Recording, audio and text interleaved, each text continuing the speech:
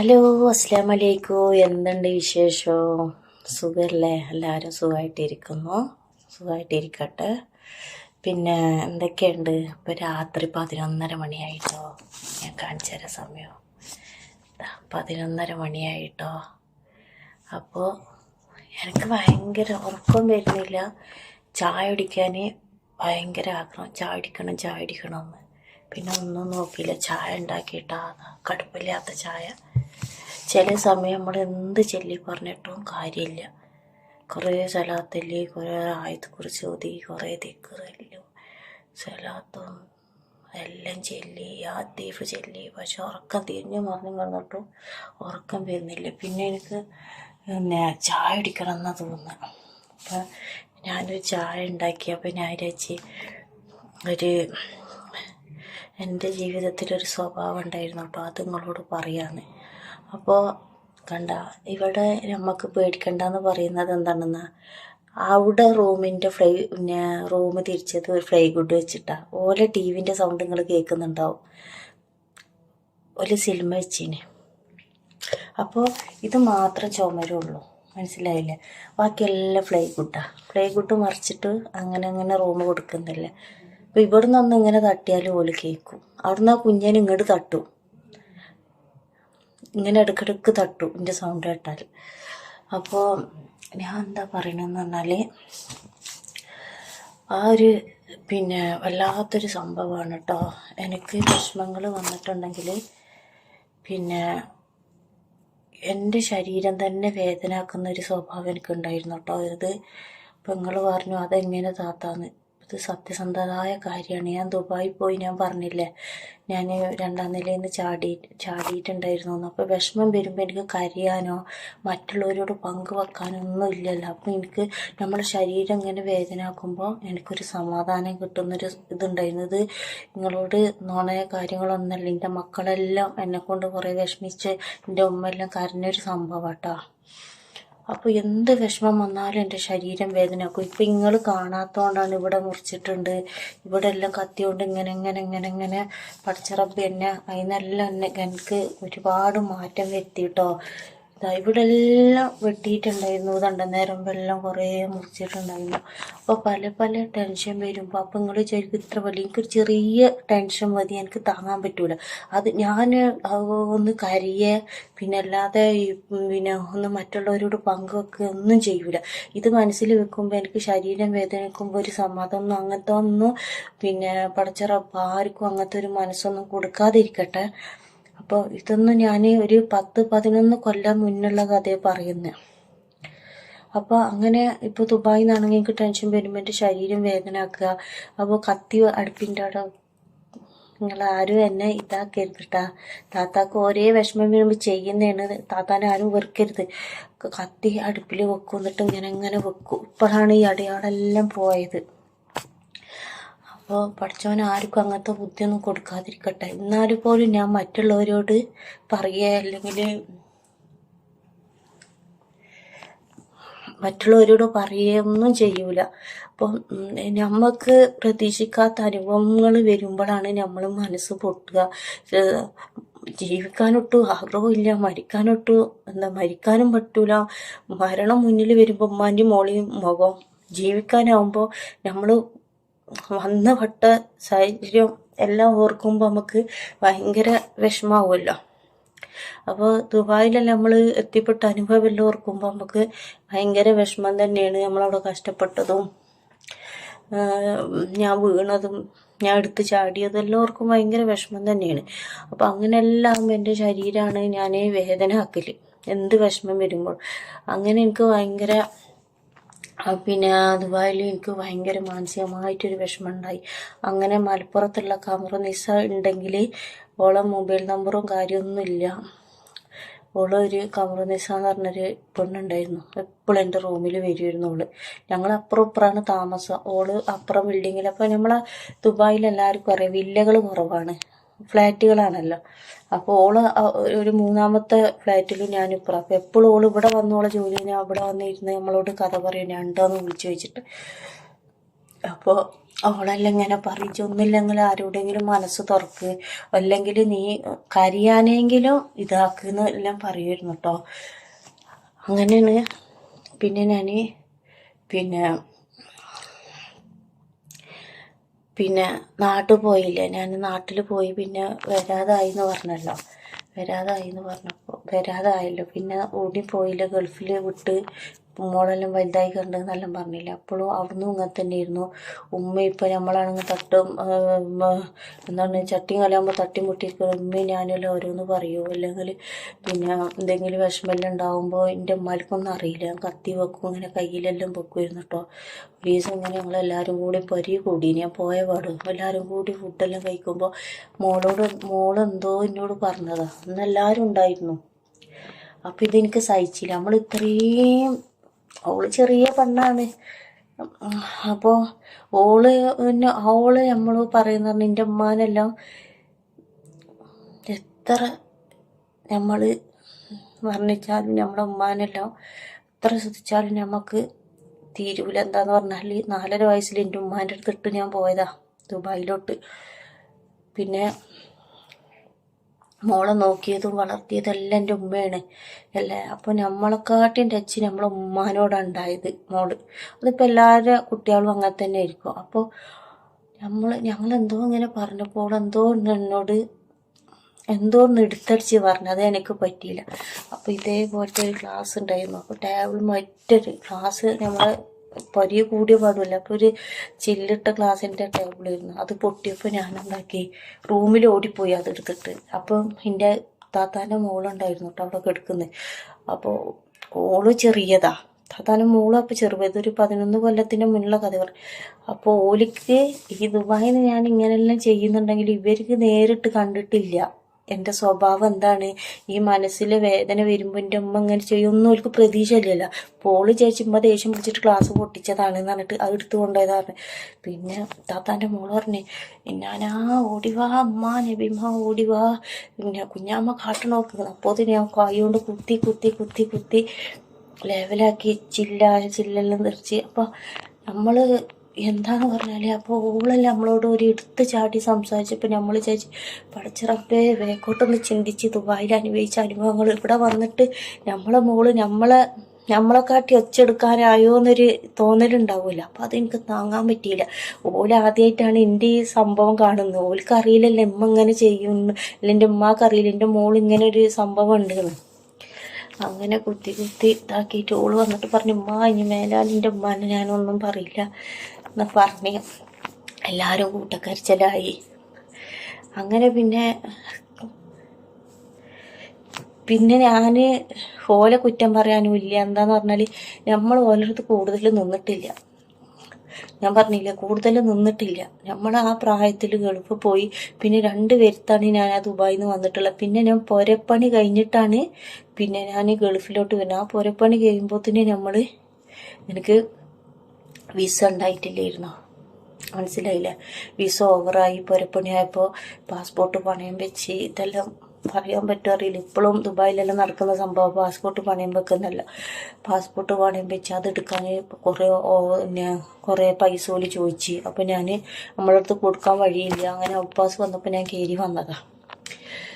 അപ്പോൾ ഔട്ട്പാസ് കയറി വന്നപ്പോൾ ഞാൻ വിചാരിച്ചു, പഠിച്ചോനെ ഇത്രയും കഷ്ടപ്പെട്ട് ഞാൻ അനുഭവിക്കാത്ത അനുഭവങ്ങളൊന്നും ഇല്ലല്ലോ. ഇവിടെ വന്നിട്ട് നമ്മളെ മോള് നമ്മളെക്കാട്ടി വലിയ അച്ഛൻ നമ്മളോട് നോക്കുമ്പോൾ ഏതൊരാൾക്കാർക്കും നമുക്ക് സഹിക്കാൻ പറ്റില്ല. അപ്പോൾ ഞാൻ പറഞ്ഞു വരുന്നതെന്ന് പറഞ്ഞാൽ എനിക്ക് ഇങ്ങനത്തെ ഒരു അസുഖങ്ങളുണ്ട്. പഠിച്ച റബ്ബി എനിക്ക് അതെല്ലാം മാറ്റി തന്നിട്ടുണ്ട്.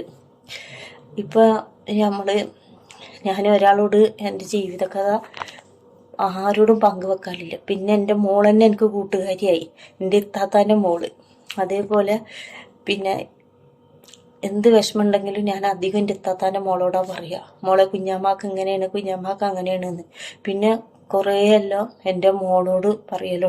ഏതെന്ത് സംഭവം ഉണ്ടെങ്കിലും എന്ത് കാര്യം ഉണ്ടെങ്കിലും ഞാൻ മോളോട് പറയും, മോളെ ഇങ്ങനെയാണെന്ന്.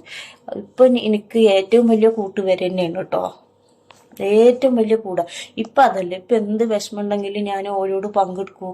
പോല് നമ്മളോട് സാരമില്ല കുഞ്ഞെല്ലാം പിന്നെ അമ്മ സാരമില്ല, ഞങ്ങളെല്ലാം ഉണ്ടല്ലോ അമ്മേൻ്റെ കൂടെ എന്നെല്ലാം പറയുമ്പോൾ നമുക്കൊരു സമാധാനമാണ്. ഇപ്പം അതെല്ലാം പഠിച്ചിറപ്പം എനിക്ക് മാറ്റി. ഇപ്പം അങ്ങനെ ശരീരവേദന ആക്കുന്ന അസുഖങ്ങളോ കാര്യങ്ങളോ ഒന്നുമില്ല. ഇപ്പം ഞാൻ പറഞ്ഞില്ല, ഇപ്പം എന്ത് വിഷമങ്ങളുണ്ടെങ്കിലും ഞാനിരുന്ന് കരയും. അത് ഏതെന്നല്ല, 2 മണിക്കാണെങ്കിലും 3 മണിക്കാണെങ്കിലും 5 മണിക്കാണെങ്കിലും 1 മണിക്കാണെങ്കിലും എല്ലാം ഞാൻ എന്താക്കും, 2 റക്അത്ത് നിസ്കരിച്ചിട്ട് ഒരുപാട് അങ്ങ് ഇരുന്ന് കരയും. അപ്പം നമുക്ക് ഒരുപാട് സമാധാനം കിട്ടും. അങ്ങനെയാണ് എൻ്റെ വിഷമങ്ങൾ ഇപ്പം ഞാൻ മാറ്റുന്നത്. ഇപ്പം നമ്മൾ പ്രവാസികൾക്ക് എന്നും ഇന്ന് സന്തോഷം ഉണ്ടെങ്കിൽ നാളെ നമുക്ക് ദുഃഖമായിരിക്കും അല്ലേ. നമുക്ക് നമുക്ക് എന്താ പറയുക, നമ്മളെ പ്രശ്നങ്ങൾ തീരൂല. ഇന്നിപ്പോൾ ഒരു മാസം നമ്മളെ പ്രശ്നം തീർന്നു എന്ന് പറഞ്ഞാൽ അടുത്ത മാസം അതിൻ്റെ ഇരട്ടി ഉണ്ടാവും.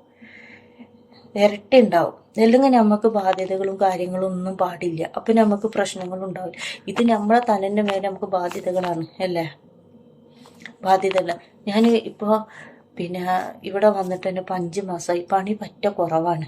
ഒരു വീട്ടിൽ സ്ഥിരമായിട്ട് പണിയുണ്ട്. ഓലിപ്പോൾ 10-20 പൈസ നാട്ടിൽ പോയി ഞാൻ പണിയില്ലാതെ രാവിലെ ഇരുന്നത്.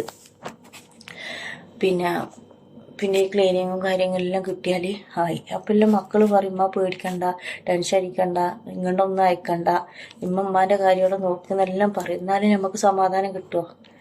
നമുക്ക് നമ്മളായ ആ രീതിയിൽ ഓൾക്ക് അയച്ചു കൊടുത്താലേ പിന്നെ മോളെ നോക്കണ്ട. ഞാൻ അന്നും ഇന്നും പറയുന്നു, ഓലെ കാര്യത്തിന് എനിക്ക് ഒരു പേടിയില്ല. പക്ഷെ ഇന്നും പ്രതീക്ഷിച്ചിട്ട് എൻ്റെ ഉമ്മ, എൻ്റെ മൂത്തമ്മ, എൻ്റെ താത്ത അല്ലേ ഇവർ. അപ്പം നമ്മളിവിടെ എത്ര പൈസ ഇല്ലാന്ന് പറഞ്ഞാലും നമ്മൾ കടങ്ങൾ കൂട്ടുകാരോടായാലും ആരോടെങ്കിലും കടം വാങ്ങി നമ്മൾ ഓലവിടെ സെറ്റാക്കിയാലേ നമുക്കിവിടെ സമാധാനമാവുള്ളൂ. അല്ലേ.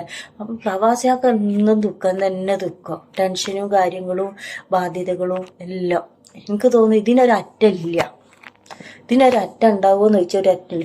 ഇന്ന് ശരിയാവും, നാളെ ശരിയാവും, ഇന്ന് ശരിയാവും, നാളെ ശരിയാവും എന്ന് പറഞ്ഞിട്ട് പിന്നെ ഇന്ന് ശരിയാവും, നാളെ ശരിയാവും എന്ന് പറഞ്ഞിട്ട് ഇന്നും നമുക്ക് ശരിയാവില്ല. നമുക്ക് ഈ മാസം സമാധാനം ഉണ്ടെങ്കിൽ അടുത്ത മാസം അതിൻ്റെ ഇരട്ടി ബാധ്യതകളാണ്. പിന്നെ എന്താണ്, നമ്മൾ ഇവരെല്ലാം അയച്ച് ഓലെല്ലാം ഒരു വെള്ളം കുടിക്കുന്നുണ്ടല്ലോ ഇപ്പോൾ. പിന്നെ അപ്പോൾ നമുക്ക് അത് ഓർക്കുമ്പോൾ ഒരു സമാധാനം. അങ്ങനെ നമ്മൾ ഓലെ കാര്യം ഓർത്ത് പിന്നെ ഇവിടെ നമ്മൾ എന്ത് വിഷമം ഉണ്ടെങ്കിലോ ഓല ഈ മാസം സന്തോഷമായല്ലോ, നമ്മൾ പൈസ കൊടുത്ത് ഓല ഹാപ്പിയാണല്ലോ, അങ്ങനെ ചിന്തിച്ചിട്ടാണ് പിന്നെയും പ്രവാസികൾ സമാധാനത്തിൽ നിൽക്കുന്നതെന്ന് എനിക്ക് തോന്നുന്നത്. അപ്പം നമ്മൾക്ക് എത്ര ഇനി ഇവിടെ പിന്നെ നമ്മളിവിടെ എന്താണ് മതിയാക്കി പോയി എന്ന് പറഞ്ഞാലും പിന്നെ നമ്മളെന്താക്കും, വീണ്ടും നമ്മൾ ഇങ്ങോട്ട് തന്നെ കയറി വരും.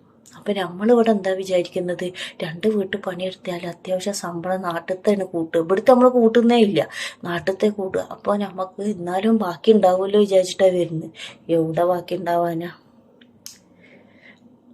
അപ്പം ഞാൻ പറയാ, താത്താക്ക് അങ്ങനത്തെ എല്ലാ അസുഖങ്ങളും താത്താൻ്റെ പിന്നെ വിഷമങ്ങളും കാര്യങ്ങളെല്ലാം എൻ്റെ ശരീരത്തിൽ തന്നെ തീർത്തൊരു പെണ്ണ. ഇപ്പം അതൊന്നും ഇല്ല കേട്ടോ. ഇപ്പം 10-12 കൊല്ലമായിട്ട് അങ്ങനത്തെ പരിപാടിയോ കാര്യങ്ങളോ ഒന്നുമില്ല. പിന്നെ അൽഹംദുലില്ലാ പഠിച്ചറപ്പം അതിൻ്റെ മനസ്സെല്ലാം. അപ്പം എല്ലാവരും പറയും, എന്താ സായി എൻ്റെ ശരീരത്തിൽ നിന്ന് ഇങ്ങനെ ചോര വരുന്നത്, എനിക്ക് എന്താണ് ഒരു ഇതില്ലേ, വേദന ഇല്ലേ? എനിക്ക് വേദന വരില്ല, എൻ്റെ മനസ്സിന് സമാധാനം കിട്ടുമെന്ന്. അപ്പം എല്ലാവരും പറയും ഇതെല്ലാം ചെയ്യുന്നതാണൊന്ന്, ഇതെല്ലാം ചെയ്ത കാര്യമാണ് ഞാൻ പറയുന്നത്. അപ്പോൾ ഇത്രയെല്ലാം താത്ത ഒന്ന് നിങ്ങൾ ഓർത്താൽ മതി, അത്രത്തോളം ഞാൻ അനുഭവിച്ചുകൊണ്ടാണ് നമുക്ക് ഇങ്ങനെയെല്ലാം ചെയ്യാൻ തോന്നുന്നത്. ശരിക്കും നമ്മളെ ശരീരത്തിനോട് തന്നെ നമുക്ക് വെറുപ്പാണ്. പിന്നെ ഞാൻ പറയണത്, എനിക്കെല്ലാം ജീവിക്കാൻ ഞാൻ മണ്ണിൻ്റെ അടിയിൽ പോകണ്ട. പിന്നെ ഇതാക്കുന്നത് എൻ്റെ മോളി എൻ്റെ ഉമ്മാൻ്റെ എല്ലാം മുഖം കണ്ടിട്ട് തന്നെയാണ് ഞാൻ എൻ്റെ ഇത്രയും വയസ്സ് ഞാൻ ജീവിച്ചത്. അല്ലെങ്കിൽ ഞാൻ പണ്ടേ മരിച്ചിരുന്നു. എന്നിട്ടും ഞാൻ മരിക്കാൻ വേണ്ടിയിട്ട് പിന്നെ ദുബായിൽ നിന്ന് നിന്നതാ. അവിടുന്നും പഠിച്ച റബ്ബെന്നെ രക്ഷപ്പെടുത്തി.